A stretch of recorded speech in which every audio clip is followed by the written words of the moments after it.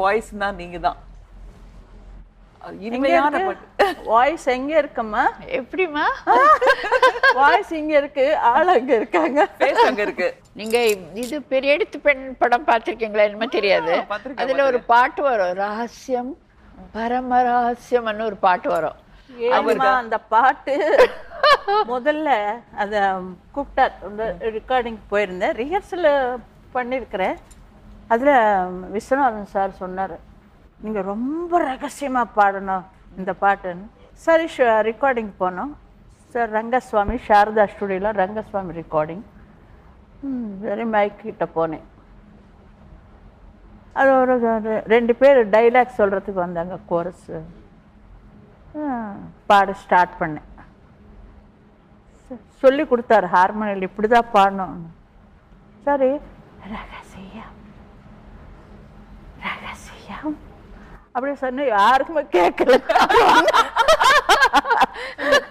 ரொம்ப ரகசியமா போயிடுச்சு அது. ஊரறிந்த ரகசியமாங்க.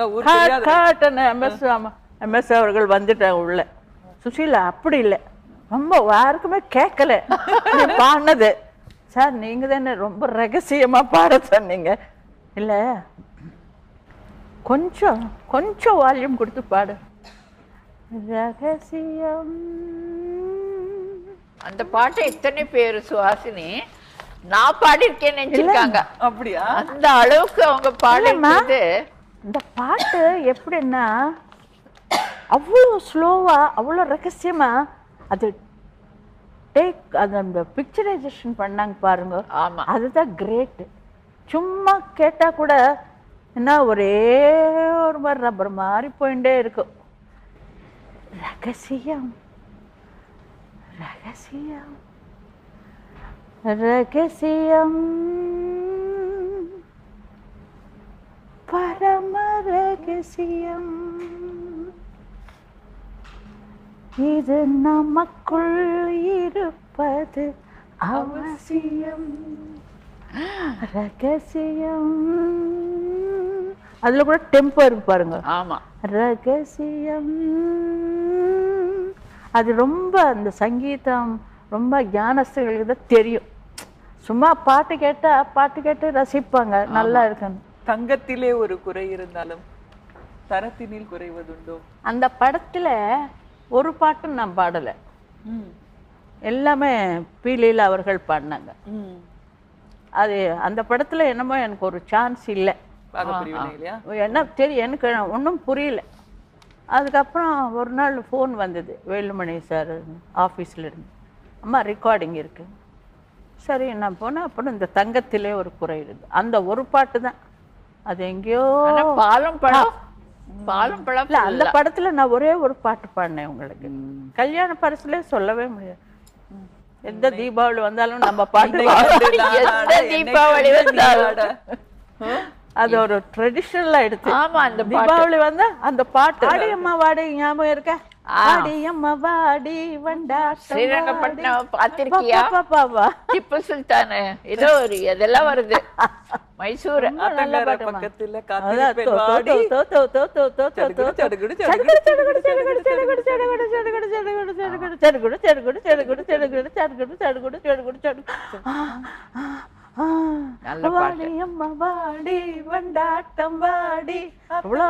பக்கத்துல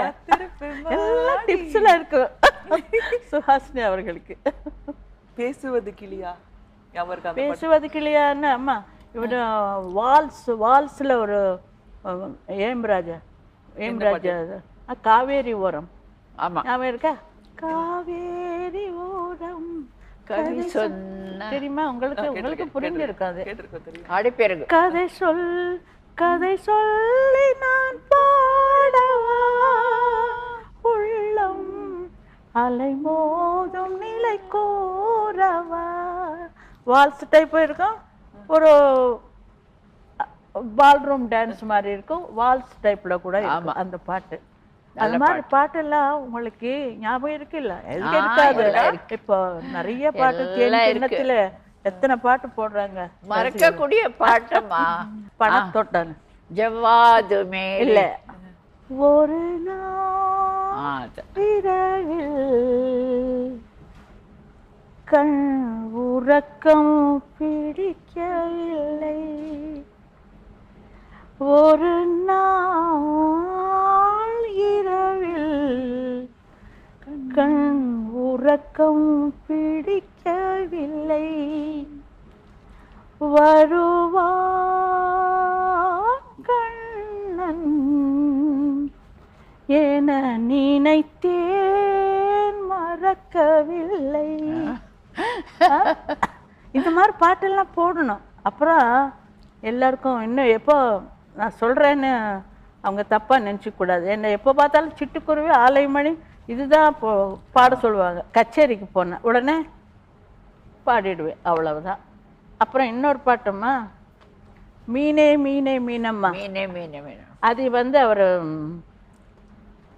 இந்தியன் மெலோடி ஆமாம் சாங்ஸ் மாதிரி பண்ணி விஸ்வநாதன் அவர்கள் அவர் ரொம்ப வச்சுட்டு அவர் எல்லா விதமான பாடல்கள் பாடிட்டாங்கம்மா. இந்த மாதிரி நல்ல ஆர்டிஸ்ட் இருக்கிறப்போ சரோஜா தேவன்னா பி சுஷீலா தான் இருக்கணும். ஒரு தெரியுமா ஒரு படத்துல ஆக்ட் பண்ணாங்க இவங்க, அவனுக்கு என் மருமகள் பாடினா உடனே எனக்கு போன் பெரிய ஃபைட்டிங் என்னோட, ஆதவன் சுஷீலா ஏன் நீ பாடல? அல்ல என்னம்மா என் மருமகள் தானே கொஞ்சம் அட்ஜஸ்ட் பண்ணிக்குங்க எல்லாம் ஃபேமிலி. அவனும் சரி பெரிய மனசு வச்சு ஆக்ட் பண்ணி கொடுத்துட்டாங்க. நான் கேட்டேன் அவங்கள, எதுக்காக சுஷீலாவை போடாம வேற யாரையோ போட்டிருக்கீங்க? எனக்கு சுஷீலா தான் பாடுறது, நீங்க ஏன் வேற இப்படி பண்ணிருக்கீங்க? இல்லம்மா அவங்க ஏதோ கான்டாக்ட் பண்ணோம், ஏதோ இதாச்சு, அதுக்கு தெரியுமே ஒரு காரணம் எதுவும் சொல்லிடுவாங்க. அப்படி பண்ணிட்டு அப்புறம் இவங்க மருமகள் பாடியிருக்கான்னு எனக்கு தெரியாது, யார்கிட்டயோ பாட வச்சிருக்காங்க. எப்படி இருக்கும் என்னமோ குடிக்கார பாட்டு. ஆமா, ஜவ்வாது மேடை ஜவ்வாது மேடையிட்டு அது ஒண்ணு.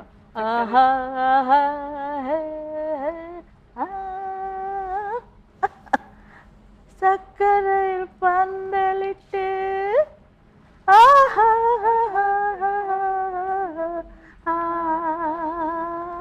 ஸ்ருதி ஒண்ணு இல்ல ஒண்ணுமே இல்ல. இப்ப பாட சொன்னா எப்படி?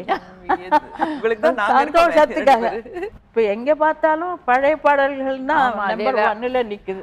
டிவிலும் பழைய பாட்டு தான் அவங்க எல்லாம் அந்த பிராக்டிஸ் பண்றாங்க, டான்ஸ் எல்லாம் பழைய பாட்டு தான். அந்த மியூசிக் பாட்டுக்கு முன்னால யார் இருக்காங்க சொல்லுங்க? பாட்டுக்கு முன்னால யார் இருக்காங்க? கரெக்ட். ஒரே ஒரு கேள்வி உங்க ரெண்டு பேருக்கு. ஒரே கேள்வி நான் கேக்குறேன். கேளுங்க, நீங்க கேட்டீங்க. பாட்டுக்கு முன்னால யார் இருக்கிறாங்க? நீங்க 2 பேரும் தான் இருக்கிறீங்க. அவங்களுக்கு இப்ப எத்தனை பாட்டு, காலை தென்றல் அந்த மாதிரி பாட்டு இல்ல, ரொம்ப பிடித்தமான பாட்டு எல்லாம். எனக்கு ஒரு கடவுள் ஒரு பெரிய அனுகிரகம் கொடுத்துருக்காரு எல்லா ஹீரோயின்ஸுக்கு. ஆனா ஜாஸ்தி இவ்வளவு இருக்கு சரோஜா தேவிக்கு பாட்டு தான் நிறைய இருக்கு. நீங்க எனக்கு அவ்வளவு பேர் வந்தது உங்களாலதான். அந்த சமயத்துல மீட் பண்ணிருக்கீங்களா ரெண்டு பேரும் அடிக்கடி? ஐயோ நாங்க எப்படி தெரியுமா, ரொம்ப நான் ஷூட்டிங் நடக்கும் ஏவிஎம்ல, நான் ஷூட்டிங்ல இருப்பேன். யாரு ரெக்கார்டிங் நடக்கும்னு கேட்பேன். பி சுஷீலாமா வந்திருக்காங்க, ஷூட்டிங் நடக்குதுன்னு. உடனே நான் அங்க ஓடிடு. இவங்க கேட்பாங்க யார் ஷூட்டிங் நடக்குதுன்னு, இந்த மாதிரி சரோதேவி ஷூட்டிங் நடக்குதுன்னு. உடனே பிரேக்னு சொல்லுவார் டைரக்டர். உடனே என்கிட்ட வந்துருவாங்க என்னுடைய செட்டுக்கு. எம்ஜிஆர் அவர்கள் அங்கே நான் இவங்களை 2 பேரும் மீட் பண்ணி பேசுறது. ஒரே ஸ்டுடியோலயே ஷூட்டிங், ஒரே ஸ்டுடியோல ரெக்கார்டிங். ஸ்டுடியோல இருக்கனால அது ஒரு பொற்காலம் சொல்லணும் இல்லையா? கோல்டன் ஏரா தான் அது. கோல்டன் இயர் ரொம்ப இல்லம்மா. இன்னைக்கு ரொம்ப சந்தோஷமா இருக்கு, ஸ்டுடியோல ஷூட்டிங் நடக்குது. அதான் என்ன கூப்பிட்ட உடனே ரொம்ப சந்தோஷப்பட்டேன். சரோஜாமா உங்களை தான் கூப்பிட்டாங்க, நீங்க வரணும்னு. ஐயோ சொல்லணுமா, வந்துடுறேன். ஆமா. ஸோ இந்த நிகழ்ச்சியில உங்களை பத்தின அந்த உருவ அமைப்பு, ஒரு வடிவமைப்பு நாங்க வந்து எங்களால இயன்ற அளவுக்கு செஞ்சோம். அது வந்து உங்களுக்கு வந்து திருப்தியா இருக்கும் அப்படின்னு கேக்குறேன். ரொம்ப சரோஜா தேவி அப்படியே இருக்காங்களே. ஐயோ அப்படியே தான் இருக்காங்க. ஆனா வயசு இருக்கு, எனக்கு வயசாச்சு, அதை பத்தி நான் சொல்லல. அப்படியே மெயின்டைன் பண்றேன். நீங்களும் அதே மாதிரி தான் இருக்கீங்க. அது நான் மெயின்டைன் பண்றேன் அவங்கள பார்த்து. பாருங்க, எப்பவும் அவங்க தான், அவங்க அபிநய சரஸ்வதி தான், பைங்கிளி தான், கொஞ்சம் கொஞ்சம் பேசும் ஒரு குழந்தை போல ஒரு குமரி தான் எங்களுக்கு. அவங்கள வந்து நேர மறுபடியும் பார்த்து அந்த ஞாபகங்கள் எல்லாம் மறுபடியும் எங்களுக்கு சொன்னது வந்து எங்களுக்கு ரொம்ப சந்தோஷம். ஸோ அதனால உங்களுக்கு திருப்தியா இருந்தது அப்படின்னு நினைக்கிறோம். ஸோ கண்டிப்பாமா ரொம்ப சந்தோஷமா இருக்கு. நான் அது ஸ்டுடியோல ஷூட்டிங்கு, அதுதான் ரொம்ப ரொம்ப மறக்க முடியாத ஒரு நாள் இது. எனக்கு நிறைய விஷயங்கள் இருக்கு நமக்கு. அதில் இது ஒன்று சேர்ந்துக்குது, அந்த லிஸ்ட்டில் இதையும் சேர்த்துக்கலாம். ரொம்ப நாள் கழித்து ஸ்டுடியோக்குள்ளே வந்தது இன்னமும் ரொம்ப சந்தோஷமாக இருக்குது.